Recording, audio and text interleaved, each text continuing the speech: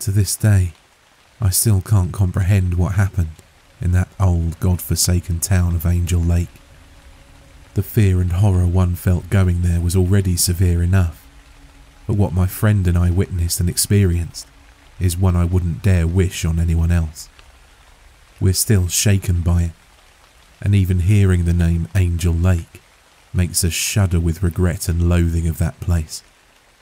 Often, I have night terrors from the dreaded thing I saw there. None of this had started due to some morbid curiosity or some sort of legend tripping we wanted to take part in. In fact, all of this had happened just because my friend and I were curious. I was a student who had an appreciation of anthropology and history, while my friend was a passionate lover of folklore and mythology. We both bounced various factoids of knowledge about what we specialised in. We also shared a taste for the macabre, so we often did our own research into darker and mysterious subject matter, such as Roanoke Island's lost colony. One interest we've shared our entire lives was the subject of ghost towns. To us, ghost towns held mysterious and fascinating stories of the past that no textbook could ever capture. What made them even more enticing was that they were often left untouched, so everything was as still and silent as the day the villagers abandoned it. It's as if the forgotten town was a graveyard for the former life they used to have. My friend and I also enjoyed speculating the cause for the departing, if indeed we can call it that. Sometimes, we've read that there's little to no evidence as to why a town is utterly abandoned. There are the obvious, more logical explanations: shortage of crops, famine, drought, rebellion, or sometimes simply the desire to move on.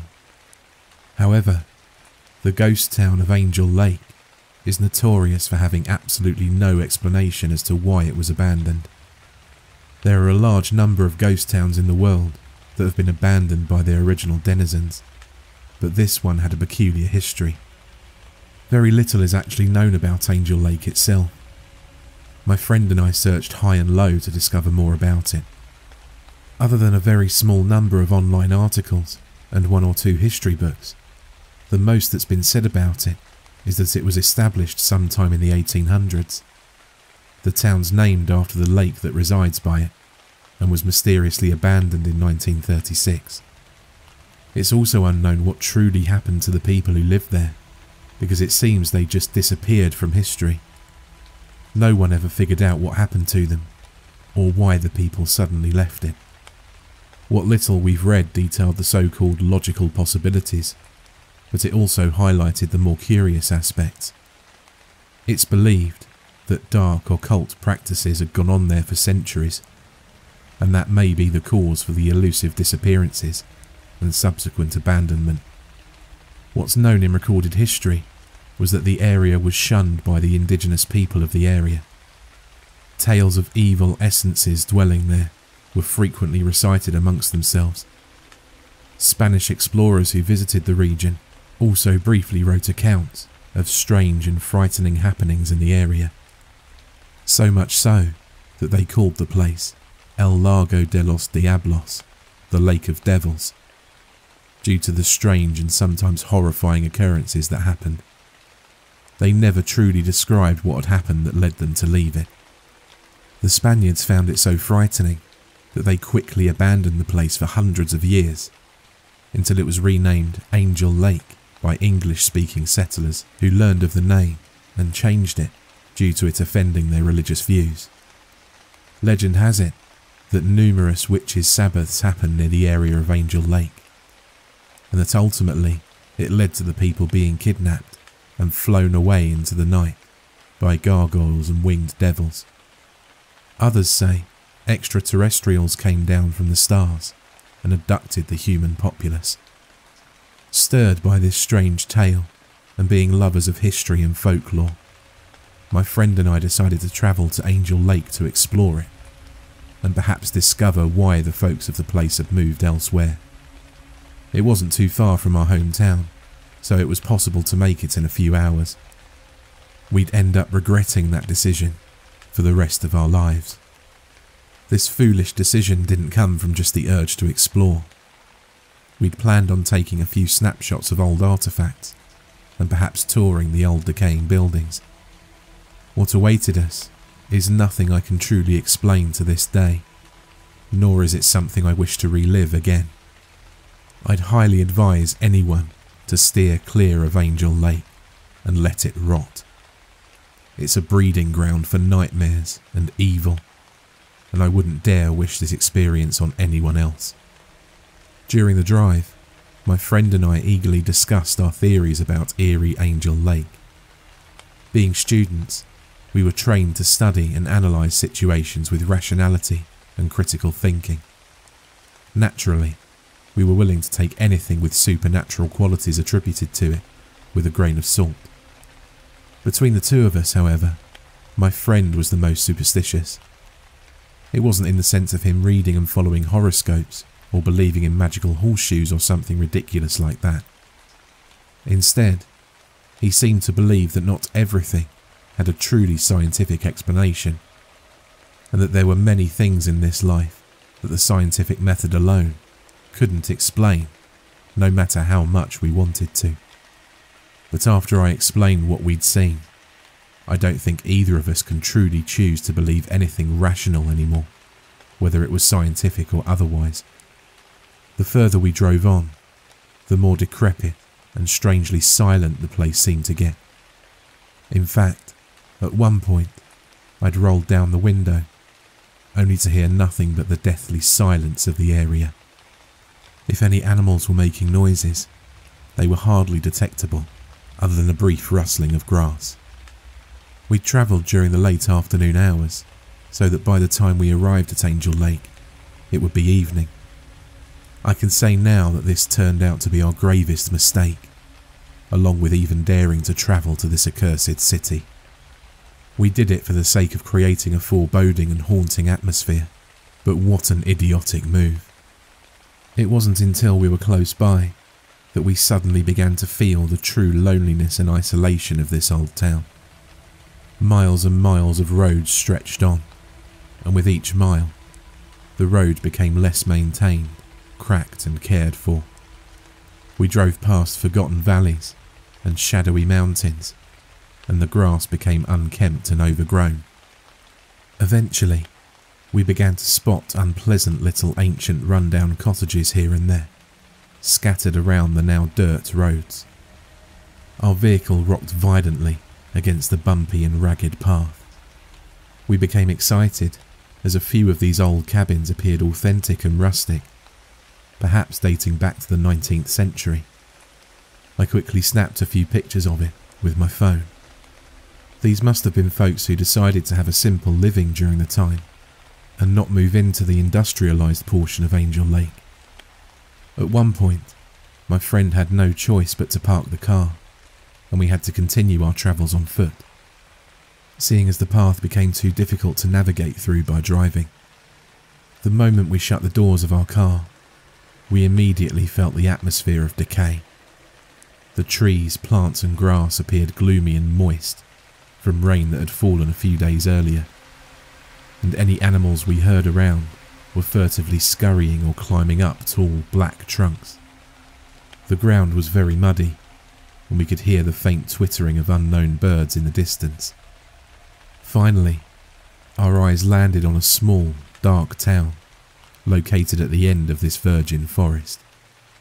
Originally, I thought we'd be thrilled to explore this age-old town and investigate what happened to it, but for some reason, both my friend and I felt hesitant to step inside. As outlandish as this sounds, we felt a sort of unwanted presence emanating from it. The more we gazed at it, the more we felt slightly afraid. I did my absolute best to hide it, and I noticed my friend's fears because he was as fretful to enter as I was. He turned to me and asked if I was coming along and what I was waiting for. I lied and made up the excuse that I was simply observing the town. We both exchanged unsettled laughs and went in as if we were both untroubled.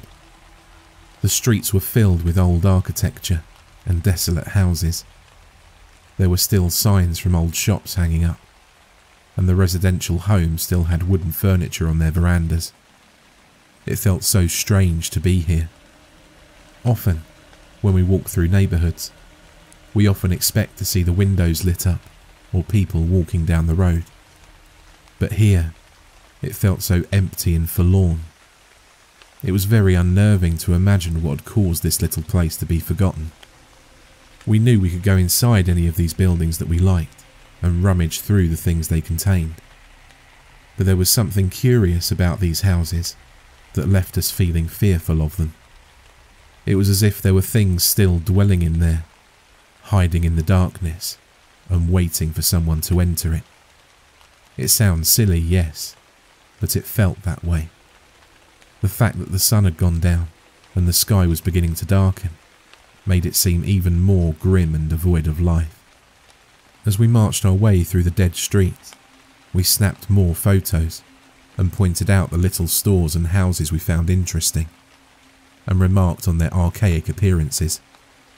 I believe that secretly my friend was pointing at places and objects just to fool me into thinking he wasn't afraid. But the truth is, it was so powerful I could sense it. We were both very afraid, and I believe we both began to regret coming here at this late hour. Regardless, there was something that enticed my curiosity, and I simply had to search it. It was an old rectangular building in the town's plaza.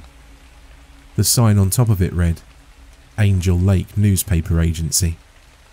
I pointed it out, and my friend became excited as well. Inside, there would surely be valuable sources of information revealing how life was here, and perhaps shed light on some of the citizens and its history.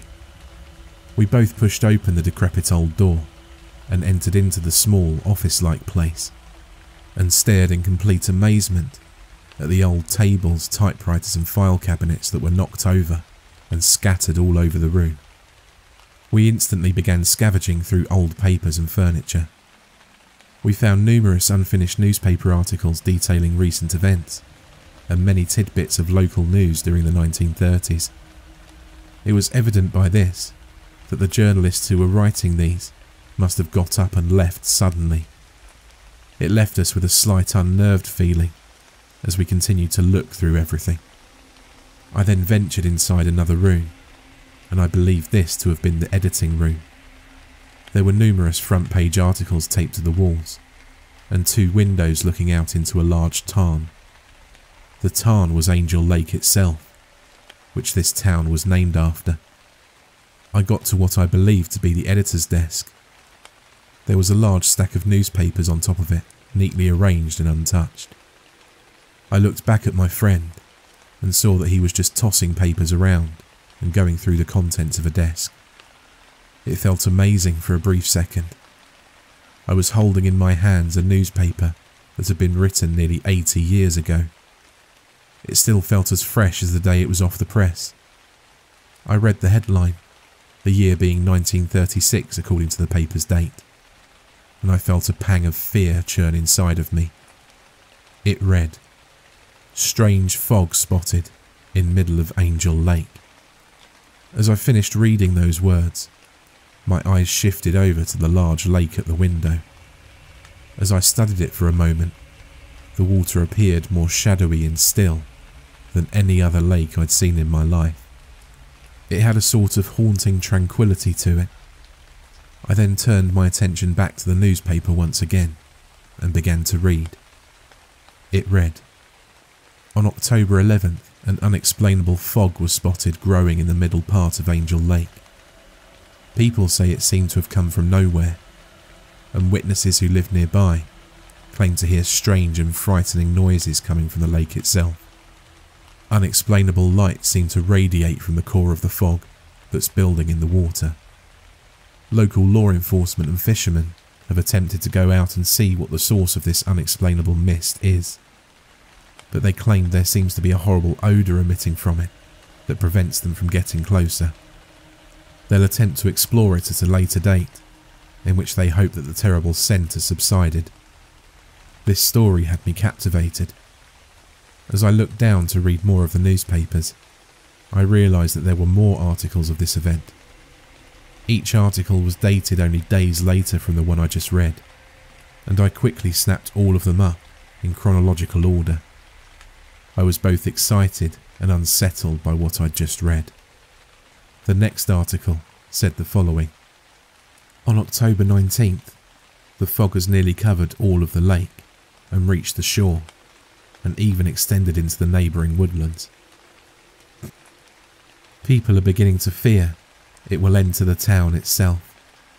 It seems that way, as it's not receding at all, but has instead grown thicker. Citizens are complaining to the mayor and other elected officials that the awful scent has begun to disrupt their everyday lives. Furthermore, people continue to claim that bizarre, multicoloured strobe light effects flashing inside the mist are making them feel nervous. In the late hours of the night, they claim to hear discordant, hellish noises coming from the direction where the fog is approaching. A public announcement has been made that people should remain indoors until the fog is dispatched. I'm not normally one to get superstitious or frightened by something like this, especially since I knew this could have easily been a case of yellow journalism. But what made me begin to get afraid were the circumstances surrounding this old ghost town.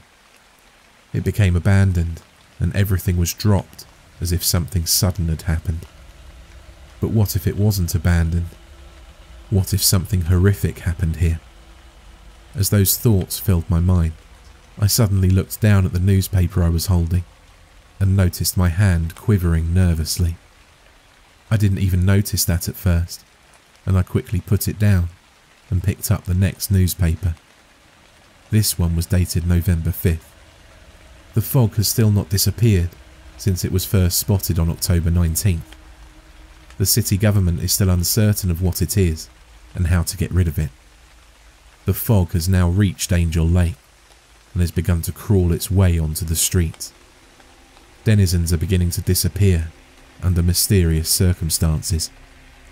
People are claiming that a few of their loved ones have gone outside to stare at the mist, and as if under some sort of hypnosis, went into the foggy depths and never came out.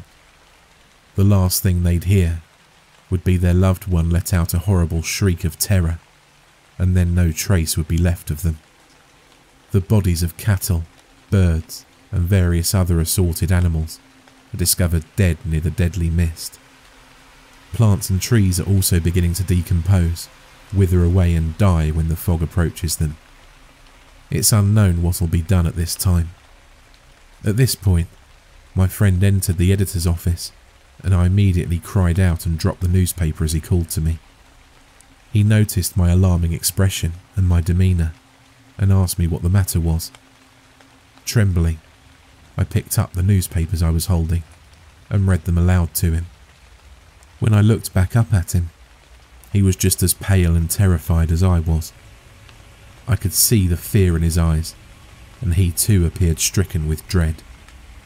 I saw him nervously make his way over to the window, press both palms against the window pane, and stare out into the lake. I joined him there at the other window. I noticed that the trees and plants around Angel Lake appeared dead, grotesque and lifeless. It was then that I realised that this was giving this strange old town such a haunting feeling. Everything appeared barren and without life. The lake itself appeared like a lonesome, cold abyss. The more I peered at it, the more I envisioned unspeakably abominable things hidden beneath it. Was there any validity to these newspaper pieces? Was it just an elaborate hoax? They appeared so authentic. It just didn't make sense. I went back to the desk and picked up the next newspaper. Surprisingly, this newspaper appeared to be the last one that was fully completed. I also read this aloud to my friend, who had rejoined me at the desk. Only now he appeared more colourless and nauseated than before. This last article was dated November 14th. The infernal mist has begun to overtake Angel Lake. The authorities have promptly begun evacuations of the town. The fog, although of unknown origin, has been considered dangerous by the town officials. Crops have become deformed and inedible. Animals have also grown deformed, dying as their flesh rots away. People of Angel Lake seemingly fall under some kind of inexplicable trance that lures them into the deadly fog and do not return. It's uncertain where they go to, or if they're even alive anymore. The foul odour has been speculated to come from the mist itself, and it's become completely unbearable. The fate of our town will be left unknown. I placed that nerve-shattering article back on the table and arranged the newspapers back in the way I found them, and perhaps the way they'd been for decades. My friend and I exchanged very nervous glances. Suddenly, this once scholarly and anthropological journey had turned into an ominous and weird mystery. It left us both vexed and with far more questions than answers. I felt myself grinding my teeth in nervousness. My thoughts were muddled with the perplexing accounts I'd just read. My folklorist friend turned back to the window to gaze out into that hellish lake again, while I began to scan the room for more evidence as to what had happened to this ghost town. As I was searching through the desks and ground, my eyes suddenly landed on an old typewriter at the corner of the room. It piqued my interest because it seemed to have a half-finished piece of manuscript of sorts wedged in it. Not wanting to touch it due to me desiring to leaving everything as authentic as possible, I stood over the device and read the hardly legible text smeared on it. To my surprise and horror, it seemed to be a sort of note hastily written up by some unknown typist. It wasn't formally typed to be in a newspaper. I began to read, and after this, I began to truly feel the overwhelming essence of pure horror. The damned fog is not just vapour, it's a living thing. It's not just taking people, it's eating them. The toxic fumes are killing the flora and fauna. It has some sort of devilish power. It's overtaking Angel Lake. I leave this note here to warn anyone who's foolish enough to come here. If you're reading this, get out of Angel Lake now. You absolutely need to. If you wish to stay another moment, may God have mercy on. That was all that's written on the sheet before it abruptly stopped. I just stood there, quaking like a miserable coward at the words on the paper. I felt the slightest noise would make me jump at this point, and I was intoxicated with dread. Then, there came the horrid shriek of my friend, who was still looking out over that terrible lake. The moment I heard his scream, I stood there frozen, with absolute paralysing fear. I'd never felt such a horrible coldness stop every part of my body. Even my breath felt restricted. I heard him calling my name repeatedly and frantically, and the tone in his voice sounded as if he was ready to start sobbing hysterically. I managed to break out of that grip of extreme fear, and I sprinted over to my friend, and I demanded to know what was wrong. All he did, with a terrified expression on his face, was point his finger towards Angel Lake.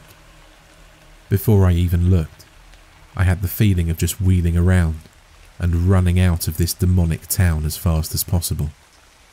With the horror beginning to take hold of me, I stared out of the window and I observed the most bizarre and unexplainable phenomenon. I don't think I've ever read or seen footage of something like this. Instead of being fascinated by it, it filled me with a putrid dreading and loathing as I recalled the frightening accounts in the newspaper articles and that final message. It appeared like a milky white fog was beginning to swirl over the tarn's water, but it moved unlike any sort of mist I'd ever seen. It seemed to slither like a giant snake, as if searching for something or some other horrible thing. But what gave this fog a most terrible and bizarre quality was the eerie shifting of colours flashing inside of it. It was like multicoloured lightning shining furiously inside of a storm cloud. The fog seemed to be crawling towards the shoreline at a rapid pace, as if it was intentionally doing so. I just stared at it, mindlessly and wide-eyed. I couldn't figure out if I was too fascinated or too petrified to move a muscle. All I remember was my friend screaming something at me, and I instinctively whirled around and ran along with him, tripping over what I formerly thought were treasures of this old town. I kicked aside furniture and forcefully shoved open doors.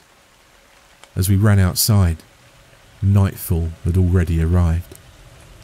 But what added even more fear to this already horrible situation was that in the air there was a noxious, vomit-inducing odour that I'd never smelled before.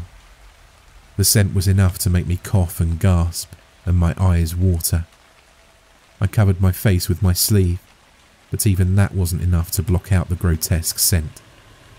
Behind us, strange strobe-like lights began to flash intensely and somewhat menacingly, as if it had located us and had a purpose of catching up to us. This encouraged my friend and I to sprint even faster, and it was near the exit of Angel Lake that we began to hear the strange guttural groaning and nerve-wracking screeching erupting from behind. They sounded like howls, but were unlike anything from this earth. The sounds were enough to drive anyone mad if they heard them for too long. Just as we reached the arboreal area and finally managed to exit that witch's town, I dared to turn my head as I continued running for my life. It was there that I spotted the supernatural fog swallowing the entire town. Every building, from the smallest to the most lofty. I saw the nightmarish vortex of colours twisting and writhing inside of it, and for one terrifying brief second, I thought I saw a horrible, distorted giant face in the fog, as if it belonged to some sort of enormous humanoid beast, gazing at us with bulgy, unearthly eyes hungrily. Once my friend and I reached his car, we sped out of there, paying no mind to the speed limits. We drove out of there, grave and quiet, from our ghoulish encounter with the unknown. We were so disturbed from that experience that we never truly did speak of Angel Lake again. Whenever a common fog rolls in, I find myself growing very afraid. I'm not sure if I'm afraid because it reminds me of the mist from that devilish lake, or because I feel that the one coming in will behave in the same way. At night, as I lay there with my mind filled with horrible thoughts, I wonder if the people who inhabited Angel Lake had indeed escaped from that monstrous fog, or if it had eaten them, as that mysterious message in the typewriter had said. No one has ever come forward to claim that they lived in Angel Lake, not even an interview. No one has ever claimed any lineage from there either. It makes me nervously consider the possibility that perhaps the people had disappeared within that fog and not fled. The thought fills me with terror and paranoia. I know I'll never live that experience down. I can only hope that no one dares disturb that horrible fog of Angel Lake ever again.